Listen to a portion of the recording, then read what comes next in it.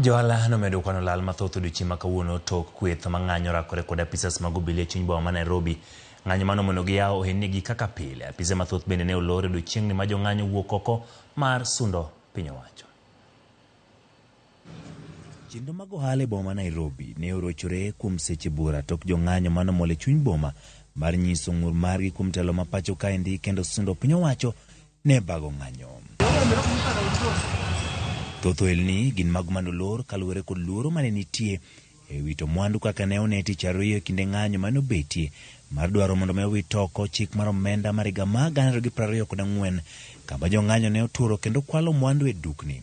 Jo ohala ne oloro dukni mar temo geng'o lal mane nyalo betie e ng'anyo ma kawuono.